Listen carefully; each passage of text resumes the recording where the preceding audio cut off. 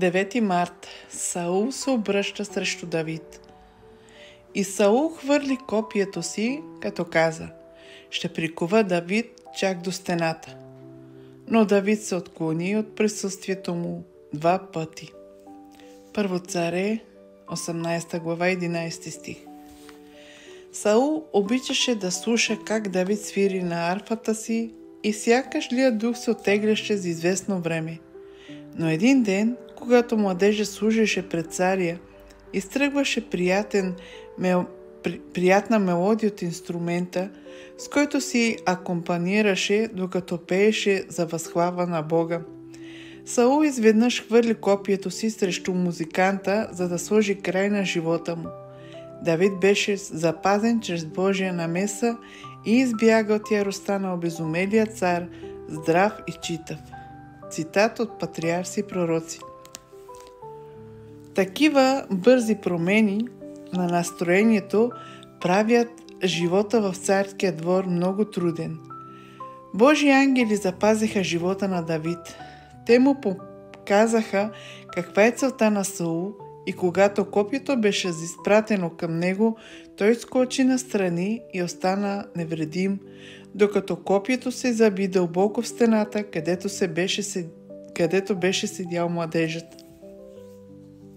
Давид се беше покорявал на Саул като слуга, се държеше смирено, животът му беше безупречен, беше верен в изпълнението на Божията воля и това постоянно изобличаваше разточителния бунтовен живот на Саул.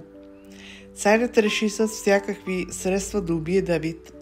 Докато беше жив, това беше основната цел в живота му, въпреки че беше принуден да припише на Божието провидение факта, че Давид се измъкваше от ръцете му. Обаче сърцето му беше лишено от Божията любов и той се покланяше на самия себе си. Жертваше истинска чест, справедливост и човечност на олтара на гордостта и амбицията си. Преследваше Давид като див звяр. Цитат от Духовни дарби, том 4. Това няма да е последния път, когато Саул ще се опита да отнеме живота на Божия помазник с копие. Той решава да даде време и бдителност за още един шанс да удари.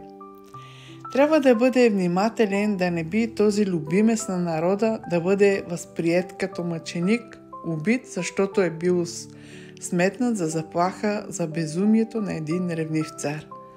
След този изблик на насилие, Давид трябва да е проявил огромен кураж, за да се върне в тронната зала и да свири за царя.